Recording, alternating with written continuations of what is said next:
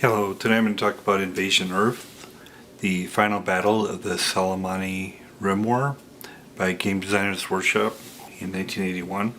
So it's a standalone game that's in the Traveller universe, but it can also be used as part of, classic Traveller, role-playing game, kind of bookshelf kind of size, a little bit larger, a little bit wider than a normal bookshelf game, I think. Obviously it's showing some forces menacingly approaching Earth. Quite a bit of detail. Back provides a pretty good overview. In dark days at the end of the Soleimani Rim War, the last defenders of Earth hold out against the mighty squadrons and armies of the Third Imperium in desperate struggle to hold their homeworld and continue their battle for the independence of the Soleimani Confederation. If they win, Earth stands free. If they lose, Earth falls to the enemy. It's an adventure board game. An invasion covers the basic concept of space movement, orbital defenses, planetary landings, and ground combat, and Earth itself. Invasion Earth is a complete board game, and it's also a Traveller board game, which can be used in connection with the role-playing game system, as I mentioned. Playing time 2 to 6 hours, 2 players. Designers Mark Miller, Frank Chadwick, John Astle. Art director Paul R. Banner. As far as components, first there's the rulebook, which has got a lot of detail. It's not as thick as some GDW games as far as material, but it gives you enough subtleties there and gives you the background. 16 pages, black and white. And then the Imperial Troop display chart, where you can basically group items into troops that you would move around the board as one counter. Imperial replacements chart. And then for the Soleimani, similarly, you can group forces that you move around together. And then Soleimani replacements chart. Turn record chart. And there is an aspect where you can do weather. Weather in the northern and southern hemisphere. And months combat tables. Space combat table attack. Space combat table bombardment. Surface bombardment table, percentage loss table. And one aspect of this is you do percentages of damage to troops, and then you keep those track on the board on the counters. Troop combat table. So as a plus, when these games come with a nice pair of dice, and these are nice kind of sharp-edged dice. Appreciate those. And as far as the counters, there's 480, and they're standard half-inch by half-inch, one-sided. I think they're pretty good for the time. The game doesn't come with a container for the counters. Here's unique counters. So there's the Imperial base. These are troop display markers. And the replacement point marker, replacement wave marker, urban status marker, winter, and turn. And these indicate the casualty markers. These are the percent reduction of forces of the different counters. So first of all, the color schemes. The black and red units are for the naval units. They're black and red for the Imperial. Colonial units are white and red. Imperial surface units. Marines are red and white. Regulars are black and red. Colonial is white and red. Mercenaries are black and orange. Bases are black and red. Soleimani fleet squadrons are white and blue. SDB wings are black and blue. Surface unit troops are black and green. Planetary defenses are white and green. Guerrillas are green and white. Display markers are green and white. And the unit identification symbols are shown in detail here. So for the troop unit counter format, it's the quality, unit size, unit type, mobility, combat factor, tech level, unit identification. The naval unit counters are unit type, attack factor, bombardment factor, defense factor unit identification. PD unit counter format is bombardment factor. And then the different unit types as shown here are symbols infantry, cavalry, tank, armored infantry, armored cavalry, jump troop, marine, commando, guerrilla, planetary defense, and you see them dispersed among the different forces here, the different symbols. Abbreviations: C is 100, 5C is 500. Here's a map that's 17 by 22. It's like a thickish paper. This has got a geomorphic display of the Earth to show the curvature. There's a close orbit box, far orbit box with Luna, deep space, outsystem box to put units. Then different terrain types: clear, urban, spaceport, tundra, ice sheet with wilderness, forest or jungle wilderness, mountainous wilderness, mountain hexside, sea, islands, permanent sea ice sheet, and a seasonal sea ice sheet, and of course hexes across. Sequence of play: each turn represents 2 weeks. After 6 consecutive game turns, which is a quarter, special turn occurs. Each turn is divided into 4 segments. Initial segment: both players may consolidate their troop units and may decide to bring in emergency replacements into play. Space segment: the movement and combat of naval units. And within that are the Imperial naval phase, then the Solemnity naval phase, then the space surface segment.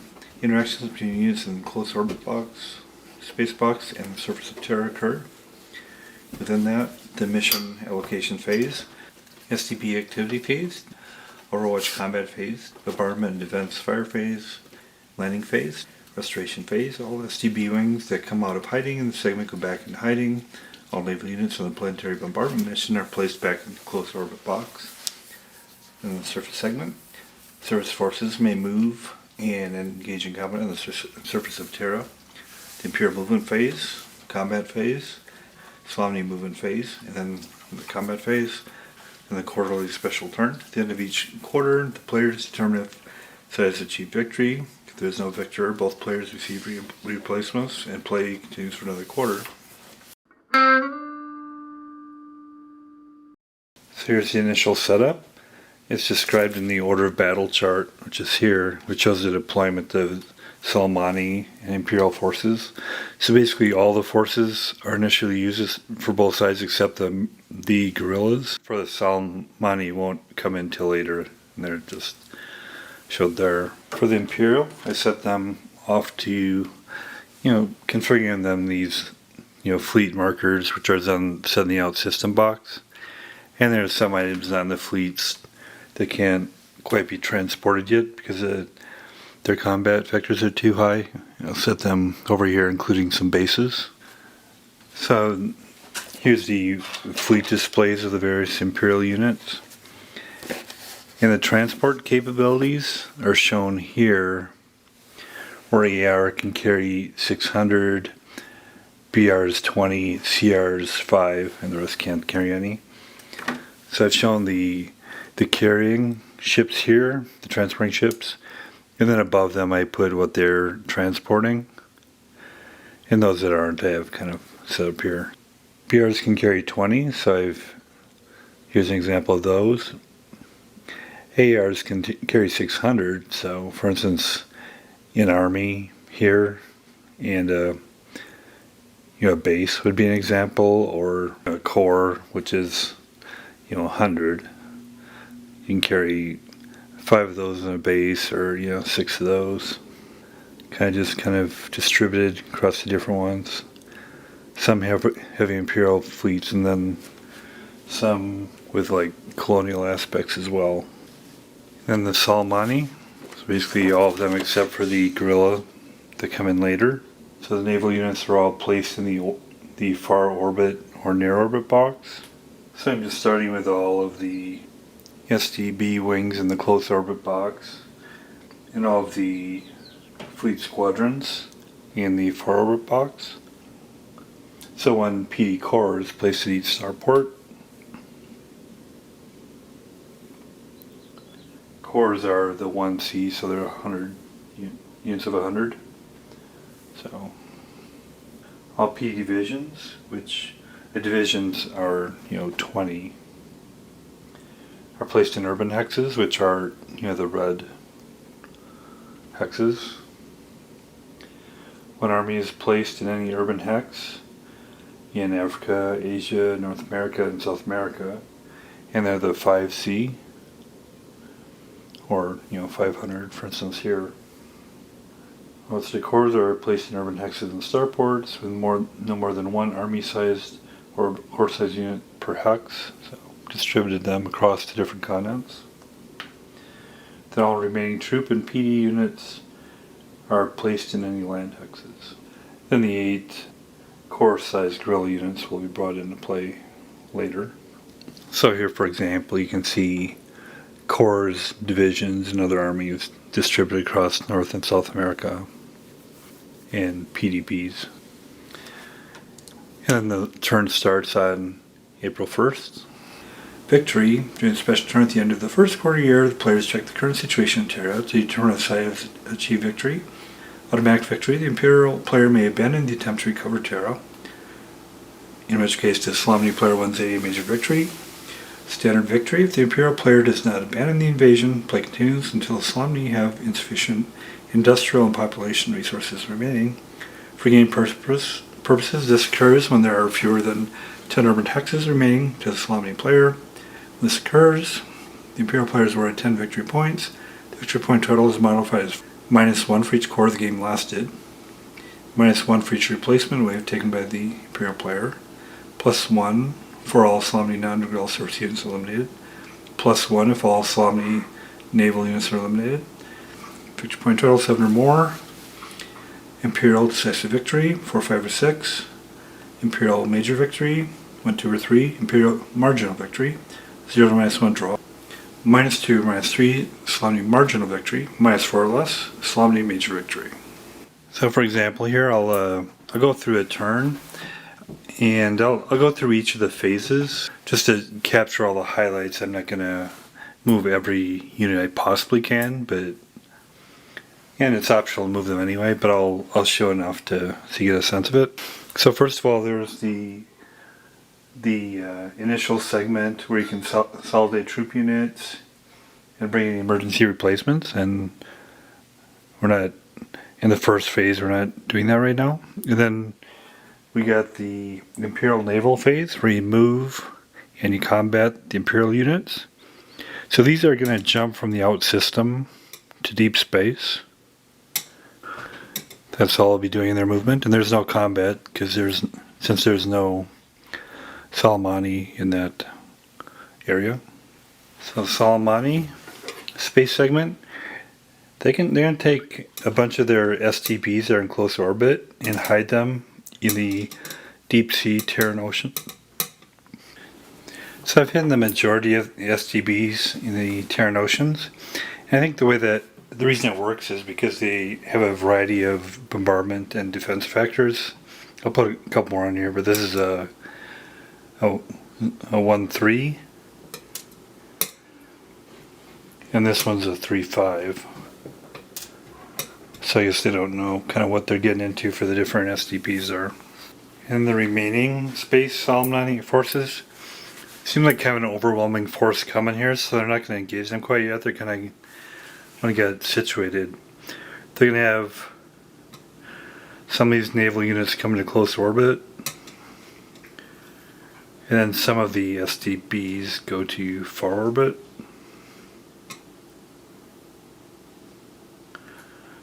Kind of spread them out a little bit. So there's no space combat yet. And then space surface segment. So there's no Imperial forces yet here to interface with the surface, because they're not in the close orbit space box, nothing there. Mission allocation phases. That'll happen once the Imperials get to the close orbit box. They're not there yet. STB activity. Wings in hiding. Can come out of hiding or move a hex. Not doing that yet. Overwatch. There's no missions on that.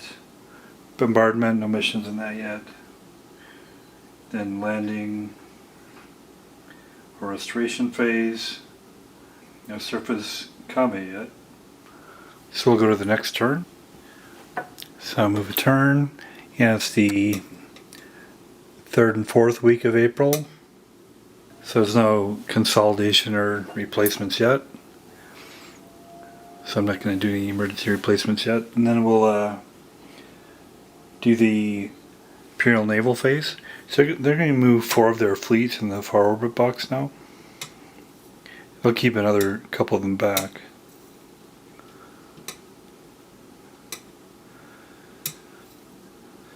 So for the space combat then, so we're in the far orbit box. You group the items in terms of STB and non-STBs. So I have the STBs shown here and the non-STBs here. He has to group his in terms of which are attacking the STBs and which are attacking the non-STBs. So for convenience, I'm using Fleet 1 and Fleet 3 here to attack the STBs, and Fleet 2 and Fleet 4 here to attack the non-STBs. So for the non-STB battles, naval battles, you sum the attack factors of the naval units, which is the first number. So for the Solemn, there's a total of 13 going by the first number here. And when you combine for squad, for Fleet 2, the squad attack against something the first is 14, and Fleet 4, something the first, is 38. So you have a total of 38 attack factors here to 13 here. And then for the STB attacking units, you use the bombardment factor, which is the second one. And for the Solemnity, it's a total of 16. And then for Fleet 1 of the Imperials, it's a total of 14. And for Fleet 3, it's 13. So we have a total of 27 versus 16 there. So this is bombardment. So I have 27. They'll go in the 27 column here. 6 means that 4 Solemnity are lost. We'll set that aside. The STPs have a total of 16 bombardment factors, so they'll go on the 12 column. 5, 2 are lost, and I'll set that one aside. So this will be removed from play, as will this unit, which is also carrying a troop which is lost. And then the squadrons, attacking squadrons. For the Imperial, they have a total of 38, and they go in the attack table. So they'll go in the 36 column. 6. So 9 will be lost. Which will be these two. Solemnity have 13. They'll go in the 12 column. Take off 2. So this one will be lost with its troops. And these 2 are lost. There's an option of disengaging, but the Imperial are feeling confident, and the Solemnity want to knock down as many troops as they can, so they'll keep going to another round. Now we're on the second round of combat. So the Imperials are down now to 26 for their bombardment, and the Solemnity are down to 7. So we'll go to the 26 column of bombardment. Actually the 24, it's the closest. 5, take 3 off. And then on the 6 column, 6. So they're able to knock down 2. So this will be removed, and then they'll remove this one, since it's not carrying any units. Then the squads. So the Imperials lost a little bit, but they can still use the 36 column. And then the Solemnity are down to using the 3 column. So first of all, the Imperials. 3. Knock down 7 defense factors, which will remove all of them. And the Solemnity 6, so they're able to knock down 2. And he'll take off, this one, because it doesn't have any troops on it.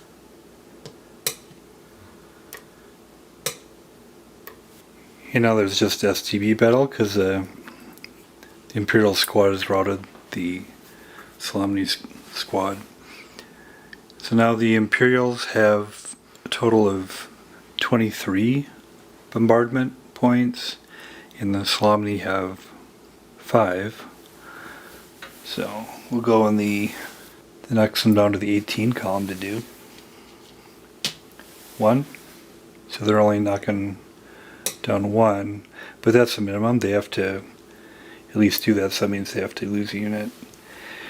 And then on the 5 column, or the 3, I guess. 5, so they knock 1 down. Others have units, I guess they'll choose this one. But then they also lose a troop with that. And we do another bombardment round. So the Imperials are down to 21 bombardment, and Solemnity are down to 3. The 18 column, 1, so they will have to remove their unit, but let's see what they do first. No damage. So that's the conclusion of that battle. The Solemnity took more hits in fleet, but they were able, the naval Imperials they knocked down did get some troops with them. The Imperials sort of routed the Solemnity. And since the Imperials had a space battle, they could advance to another one, but they're satisfied with how that works, so they're not going to advance another one right now. And the Solemnity will just kind of stay in a defensive posture here this time. And then there's no surface interaction yet. And then we'll move to the next turn, which is the first couple weeks of May. Starting this turn here. First consolidation. So we'll do some consolidating. I'm going to move these fleets 1 through 4 are all in the same box here, so I'm just going to consolidate across them. Move a cruiser over here, and here, and here, because these cruisers aren't holding any troops, so if they're lost in battle we won't lose any troops, so that's the reason for that. And then Imperial movement. So I'm going to move, first of all, I'm going to move Fleet 5 in here. I'll keep 6 back in deep space. But the reason I move 5 here is that I want to establish a base on Luna, and I can do that. Putting a base there. And since there's a base there, then I can land troops there, which I'll do.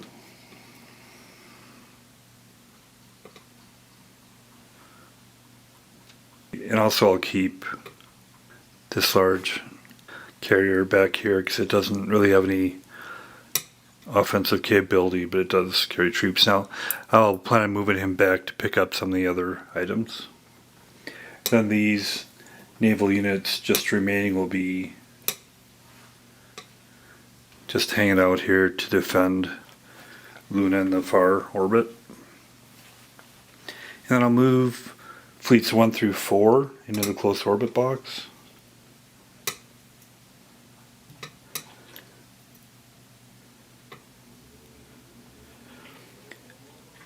And then there'll be a battle in a close orbit box.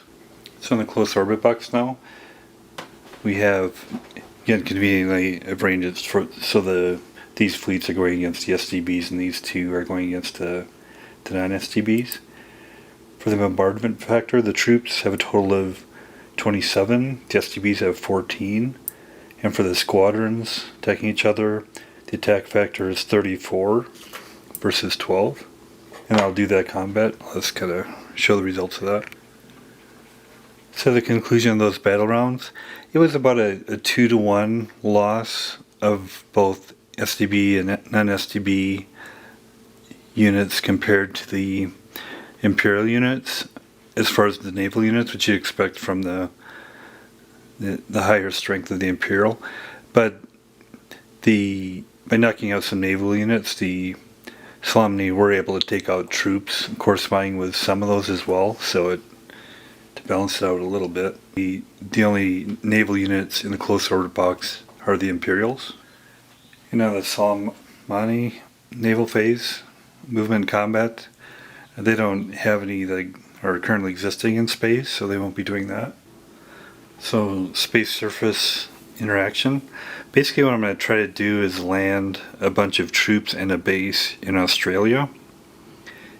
And so for the mission allocation, I'm going to have a lot of the items from Fleet 2 go to planetary bombardment mission around here.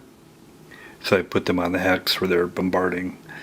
I'm going to have Fleet 4 be on STB Overwatch to see if some STBs pop up. Then the idea is to have the assault carrier squadrons of Fleets 1 and 3 then try to land units around here, including a base. So that's the plan. Now's the STB activity phase. So a few will be coming out of hiding here. And then ones that are still in hiding, they can move one hex. We'll start moving over this direction.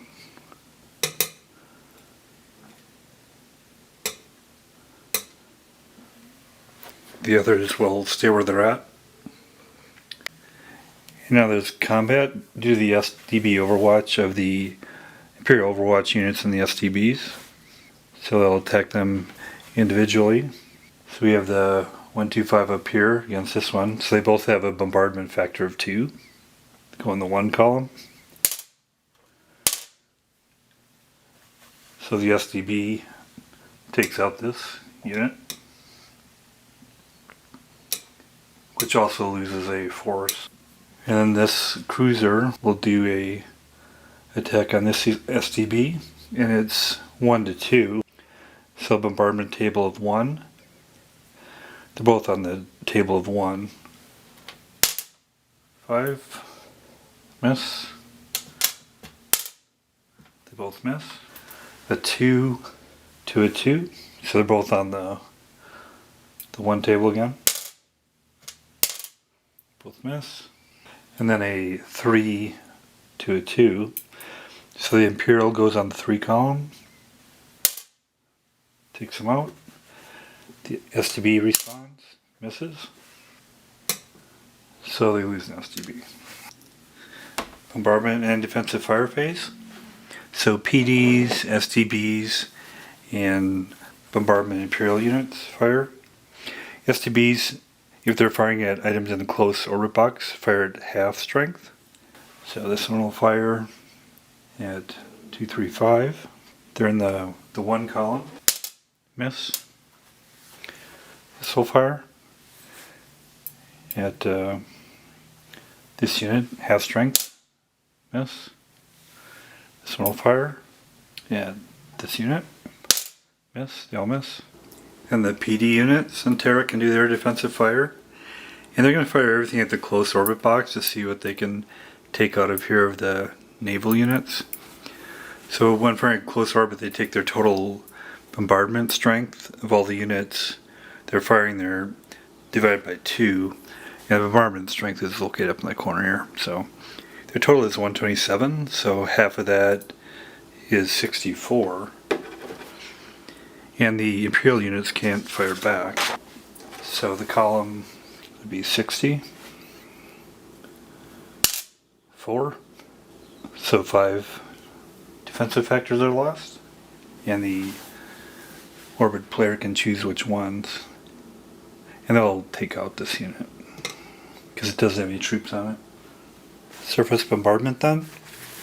So these units are doing bombarding. We'll go to the surface bombardment table. He's got a bombardment of 2. So we go to the 1 column.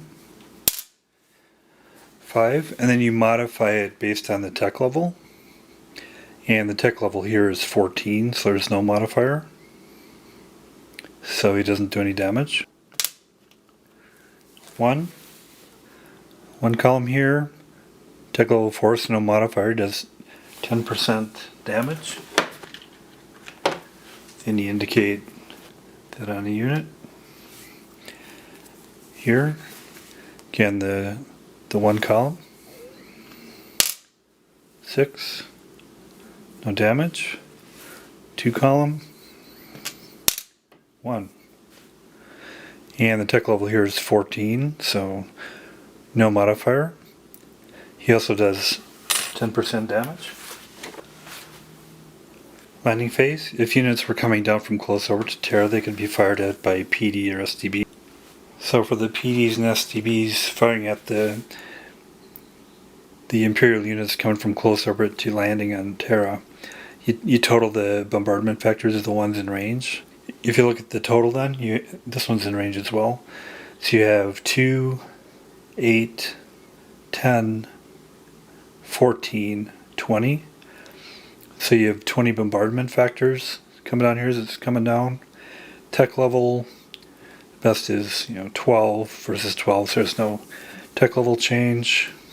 Roll a chart here on the 18 column. 6. So they unfortunately didn't hit any of them, and the base lands safely. Landing ones that are down here on these missions. And then also in the next phase, these ones dropping them off go back to the close orbit box, and then he'll be restored back to orbit here. Similarly with him. So now there's some forces down there on the surface. And then the SDBs can go back into hiding. And then Imperial surface movement and combat. So I just have these units here, and they're not going to move them because they're engaged where they want to be. So the battle's happening here, here, and here. And the Imperial is in this hex. I just separate them out here to show the battle. This battle up here. So the Imperial is a 20, but it's got an armor, so it doubles it. It's going against a 20. That's reduced by 10%. And then you look at the tech levels, and it's a tech level of 12 versus 14. A 12, you get a -1 modifier, and a 14 you get 0, so the net is that the attacker gets a -1 to roll. 6, add 2 to 1, bring it up to 5, so 40% damage. So it's simultaneous, but after the battle I'll reduce it. And then he goes 18 to 40, or 1 to 2, 11, and he would have an unfavorable modifier of 1 since his tech is worse, but he's not able to do anything. So the result is he's reduced by 50%. Then and these are in the same hex, so I'll show that here. Then this combat, so he's elite and also he's in armor, so you do doubling twice, so it's 4 times, so it's an 80 versus 20 minus 10%. Tech level of 11 versus 12. 11 would give him -1, a 12 would also give him -1, so the net effect is no difference. 9, so 4 to 1, go to 3-1 column, additional 20, he'll be up to 30 damage after this. And then he goes 1 to 3, 8, doesn't do any damage. So this battle's resolved for this round. Then lastly this battle. These are they're not armor elite, so they're just 20 versus an armor. That's 20 times 2 of 40, so it's a 1 to 2. And he's got a slight tech advantage of 13, but that's only a modifier of 0, and 14 is a 0 also, so that doesn't affect anything. So 1 to 2, 3, does 20 points, does 20% damage. And then the Solemnio will go, and they're at a 2 to 1, 5, 40, so he does 40% damage. So he's got 40 versus 10, or 4 to 1, 4, to 70% on this unit. So here's the result of the battle, and they are within 5 within the base that landed, so they were in supply for the battle. And then after that, the Solemnity can move, and all mobile units have movement factor of 10, and each hex is 1 because they're all on like hovercraft. So just an example, I'll move a couple down here just to demonstrate.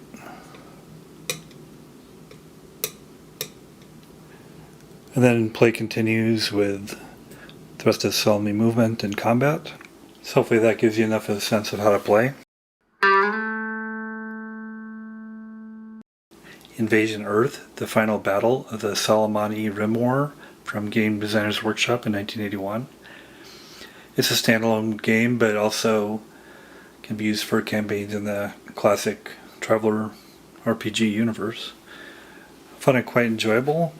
You do the space battle to get your units down to the surface, but it seems like most of the work goes on when you get to the surface, but the strategy is important, getting it down there. I wish that maybe the colors on the map were a little more subtle. They're kind of a little bit bright. Plays really well. It's got a lot of interesting aspects to it.